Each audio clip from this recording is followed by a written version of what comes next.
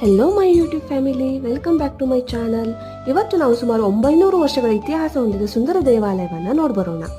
ದಾವಣಗೆರೆ ಜಿಲ್ಲೆಯ ಹರಿಹರ ತಾಲೂಕಿನಲ್ಲಿರುವ ಶ್ರೀ ಹರಿಹರೇಶ್ವರ ದೇವಸ್ಥಾನ ಇದಾಗಿದೆ. ತುಂಗಭದ್ರಾ ನದಿ ದಂಡೆ ಮೇಲೆ ಈ ದೇವಸ್ಥಾನ ಇದ್ದು ಹರಿ ಮತ್ತು ಹರರನ್ನ ಒಂದೇ ವಿಗ್ರಹದಲ್ಲಿ ಇಲ್ಲಿ ಕಾಣಬಹುದು. ಇದೇ ಈ ದೇವಾಲಯದ ವಿಶೇಷ.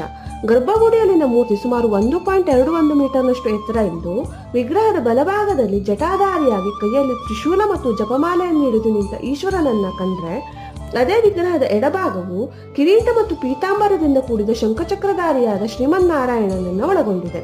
ಸಂಪೂರ್ಣ ಕಲ್ಲಿನಿಂದ ನಿರ್ಮಿತವಾದ ಈ ದೇವಾಲಯವು 50ಕ್ಕೂ ಹೆಚ್ಚು ಕಂಬಗಳಿಂದ ಕೂಡಿರೋದಲ್ಲದೆ ಅತ್ಯದ್ಭುತ ಕೆತ್ತನೆಯಿಂದ ಸುಂದರವಾಗಿ ಕಾಣುತ್ತೆ. ಒಟ್ಟಿನಲ್ಲಿ ಹೇಳೋದಾದ್ರೆ ನಮ್ಮ ಪುರಾತನ ಸಂಸ್ಕೃತಿ, ಕಲೆ, ಶ್ರೇಷ್ಠತೆಯನ್ನ ಇಂದಿಗೂ ಪರಿಚಯಿಸೋ ದೇವಾಲಯದಲ್ಲಿ ಇದು ಒಂದು. ನೀವು ದಾವಣಗೆರೆ ಕಡೆ ಹೋದ್ರೆ ಈ ದೇವಸ್ಥಾನಕ್ಕೆ ಭೇಟಿ ಕೊಡೋದನ್ನ ಮರಿಬೇಡಿ. See you soon in our next video. Bye bye.